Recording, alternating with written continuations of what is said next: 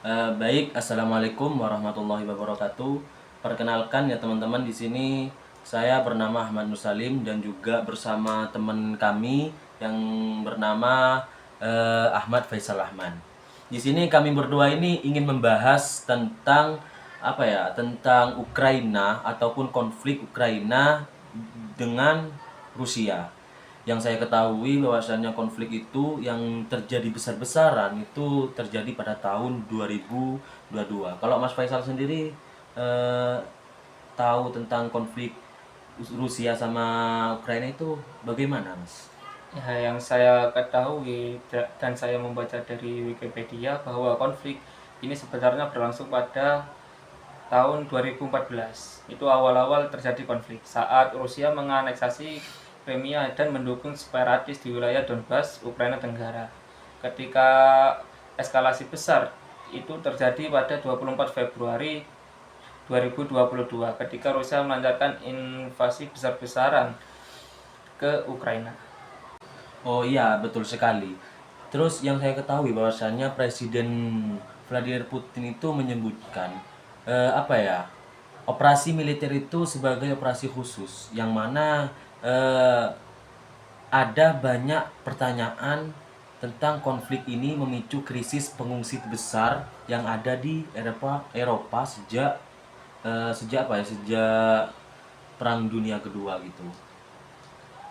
Ya, jika dilihat dari sisi politik, menurut analisis Ivan Kansfosky pada tahun 2024, keputusan Rusia menyerang Ukraina itu dipicu oleh kekhawatiran Rusia terhadap ekspansi NATO di Eropa Timur dan potensi Ukraina bergabung dengan NATO yang dianggap sebagai ancaman langsung bagi keamanan nasional Rusia. Jadi ini semacam security dilema yang membuat Rusia mengambil langkah preventif dengan operasi militer khusus.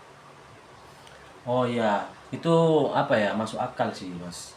Jadi Rusia ini ingin menjaga apa ya, pengaruhnya dari kawasan dan mencegah Ukraina menjadi bagian dari analisis militer Barat.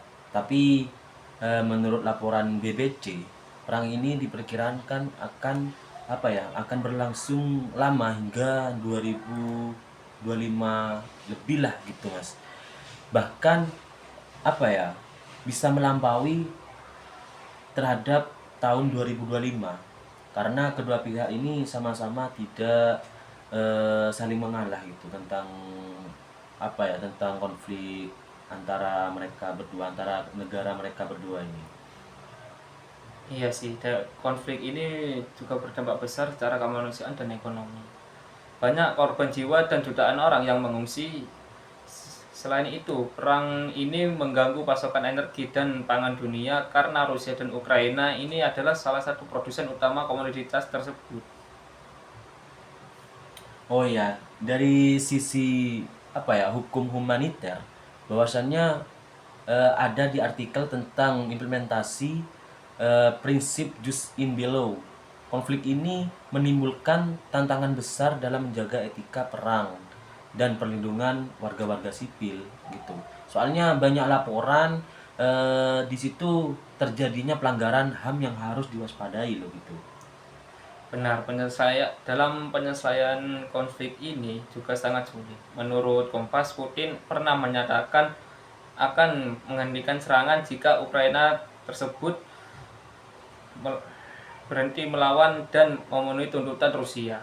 Tapi sampai sekarang belum ada tanda-tanda yang berbau perdamaian yang nyata. Oh iya, Sal. Ini saya juga apa ya, pernah membaca dari sebuah jurnal bahwasannya salah satu skenario yang mungkin apa ya, perang ini bisa apa ya, berkelanjutan panjang. Rusia dengan Ukraina ini terus mendapatkan dukungan karena Ukraina ini itu mendapatkan apa ya, mendapatkan dukungan dari negara barat. Dukungannya seperti dukungan kesenjataan gitu. Sementara Rusia ini berupaya untuk memperuncing ketegangan di wilayahnya gitu. sebagai strategis geopolitik gitu. Itu yang saya pernah baca di sebuah jurnal gitu. Ya, jadi gini, konflik Rusia dan Ukraina ini bukan hanya sekedar perang regional, tapi juga bagian dari persaingan geopolitik global yang sangat kompleks, yang melibatkan kepentingan keamanan, ekonomi, dan politik dari banyak negara.